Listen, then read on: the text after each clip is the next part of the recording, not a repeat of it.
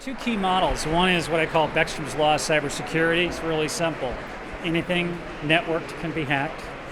Everything is being networked, so everything's vulnerable. That's the first concept. So just we remember that we're all in this vulnerable situation. And the second thing is that we're living in a mad cyber world, where those three mads are mutual assured destruction through the nuclear weapons, which is still possible, helps to shape the world. We now have cyber mad mutual assured disruption. We haven't solved yet, we don't have the policy models and risk management models. And we have internet mad, which is the fact that we're all mad about our smartphones and devices, and we're just globally becoming dependent on the internet. So the new world in the cyber world is affected by all three of these large drivers. So I would just hope people maybe play with those models and see if it helps them understand the space. You know, I think all of us are learning, and even, you know, the greater the experts you talk to, they're still learning and realize how little they know, because there's so many thousands of people around the world that are hacking, writing code that can infect machines. There's 100,000 new strains of malware every day that are created. So the truth is, none of us know, and we're all learning. But I think that, you know, the public has a long way to come before they realize how vulnerable our technologies are, but they're getting an idea of it. Well, what I'd say it's interesting. So we call black hats are what we call the bad hackers. White hats are like security people and good hackers that want to keep the system secure. And gray hats are the guys that move around in the middle.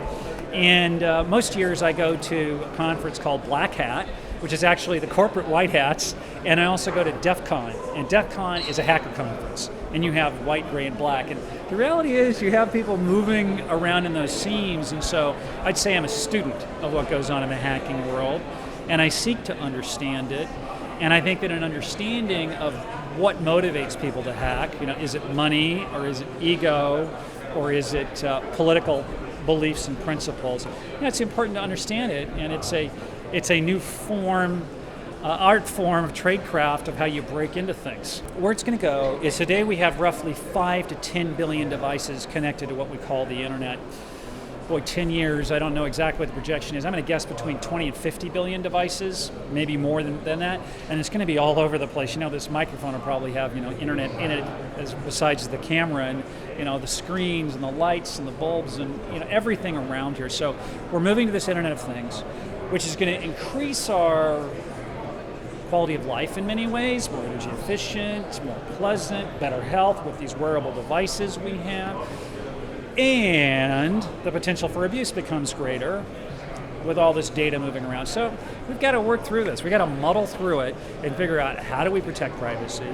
How do we protect the values that we believe in modern society? And how do we make the internet secure for everyone? But I think it's going to be a lot more chaos over the next 10 years. I think that the Snowden thing will seem like a small blip over that time frame. There's a lot more things that are going to happen. Hopefully most of them are peaceful, but I'm not going to forecast that. The history of mankind is that mankind uses new technologies for every purpose, including bad purposes. So, but I think in general people are good, and I hope that our better natures and the good side of our humanity helps do more good things with the internet and cybersecurity than bad.